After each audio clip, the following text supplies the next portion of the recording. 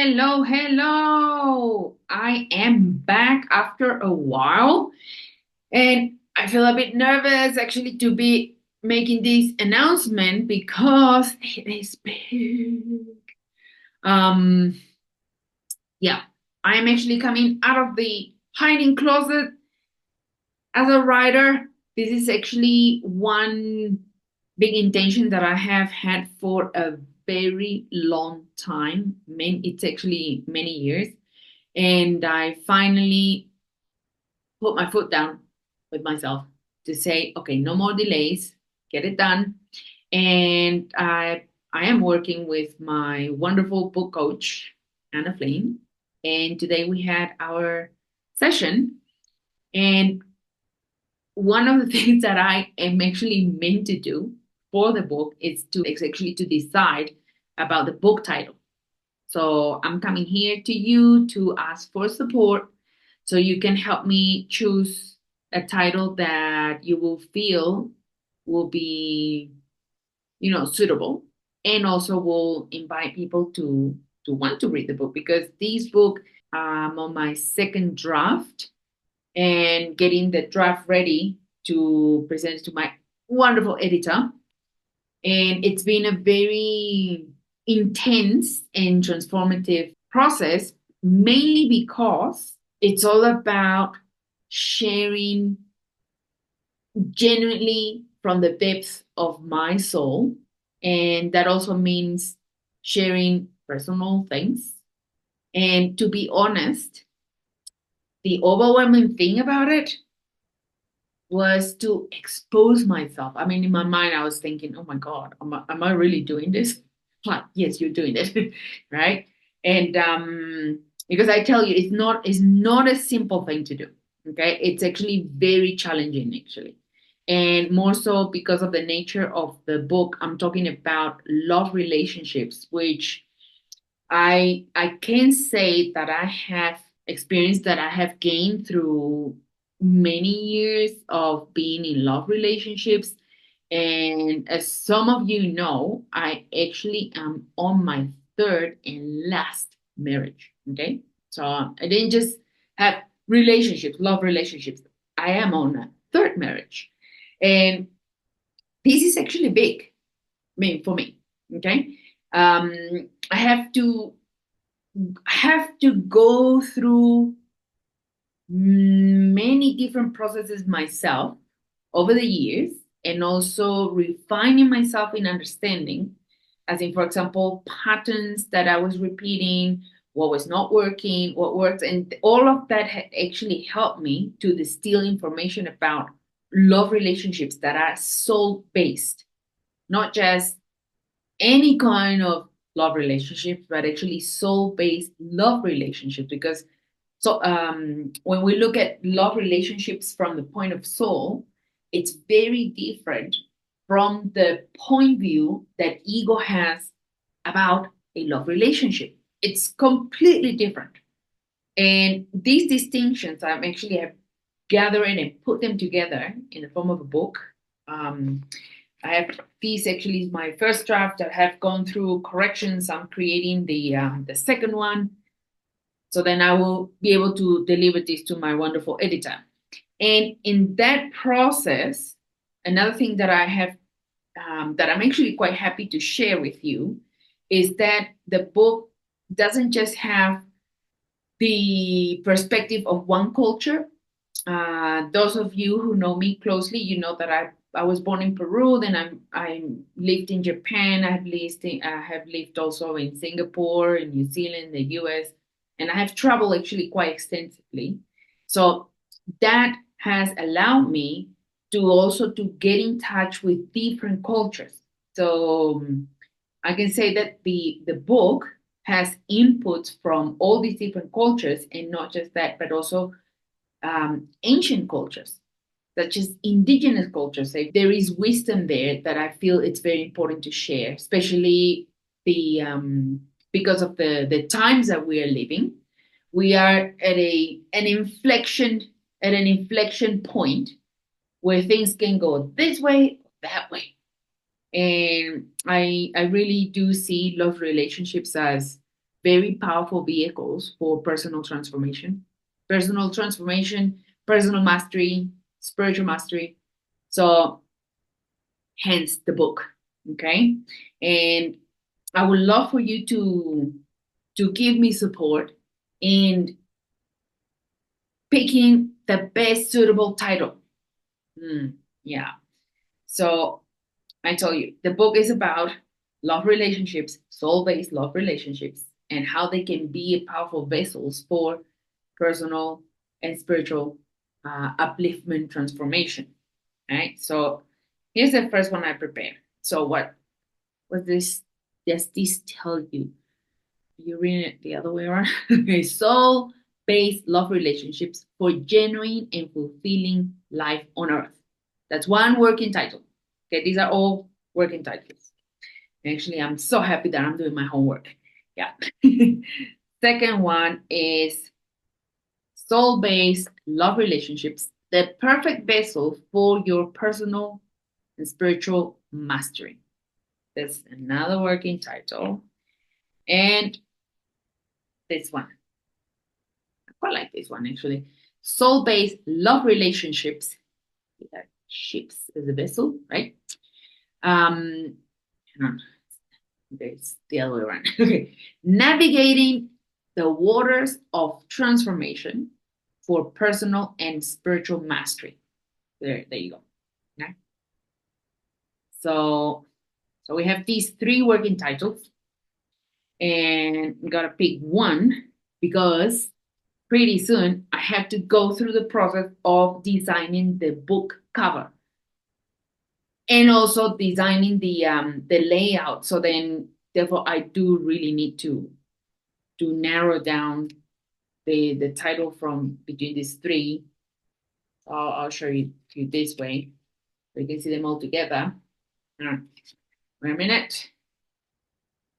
Let me see if you can see it. Yep. Okay, there you are. Okay. These are the three working titles, so you can pause the video and you can actually read them. Yeah, and if you don't get to understand my handwriting, send me a message. Okay. Yeah. So that's what I've been doing, and I am very happy to tell you that from today onwards, it's December 1st. We are on a new moon, a very powerful and special time because this new moon is all about shooting the arrows of intention and creation from now until many months and several years from now on. This is a full moon in Sagittarius. Yeah.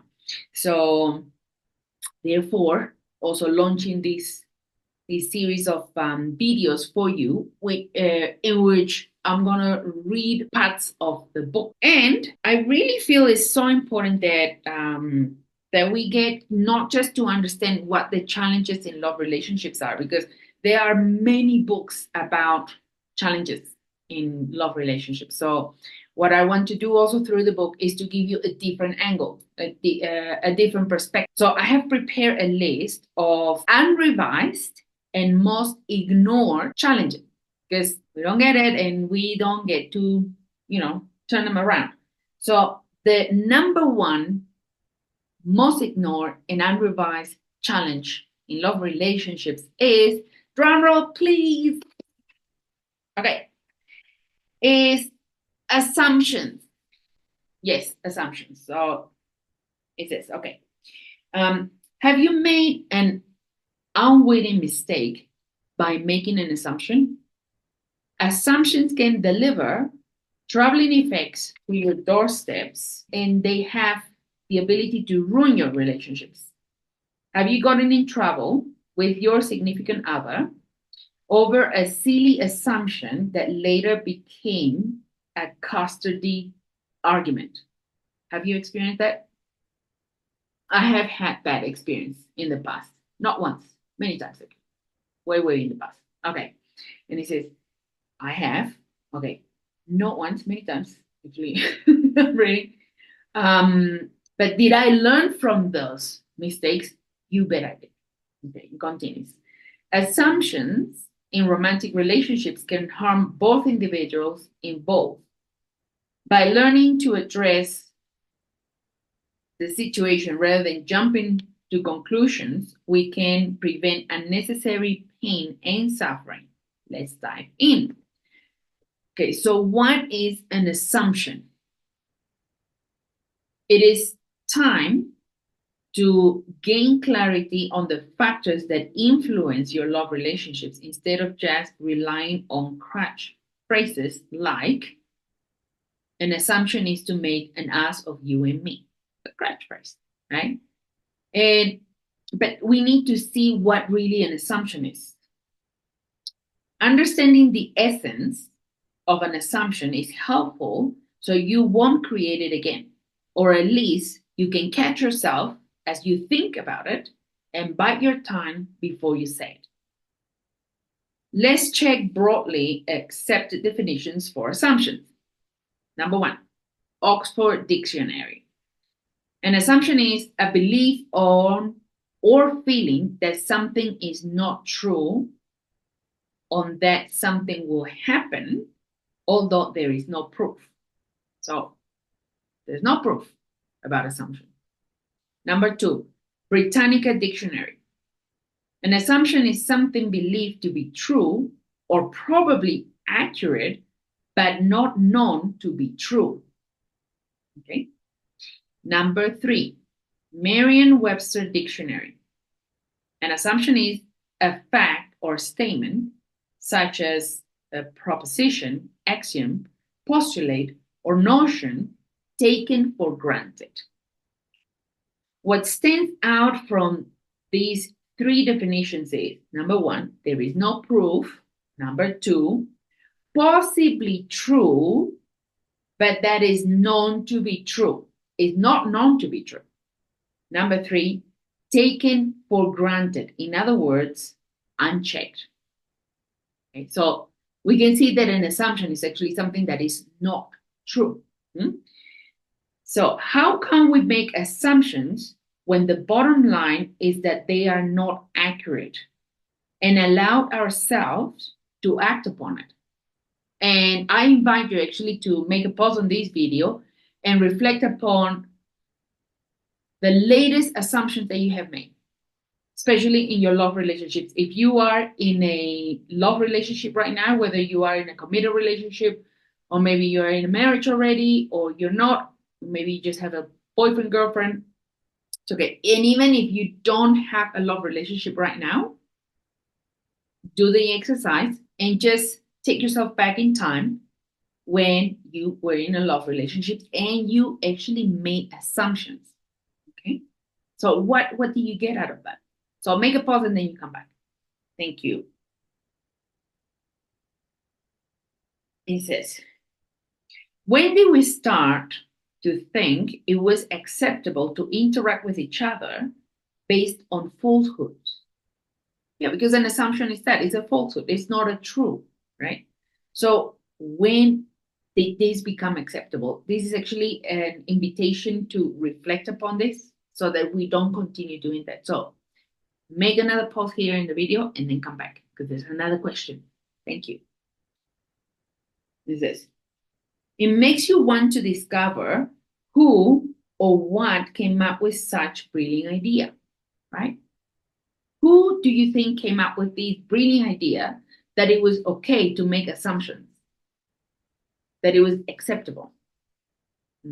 Because actually, that's the way that we interact, not just in our love relationships, but actually in general, in our global culture. This is not just something that we can say, this happens only in this country, this happens only in this city. It's actually everywhere, right?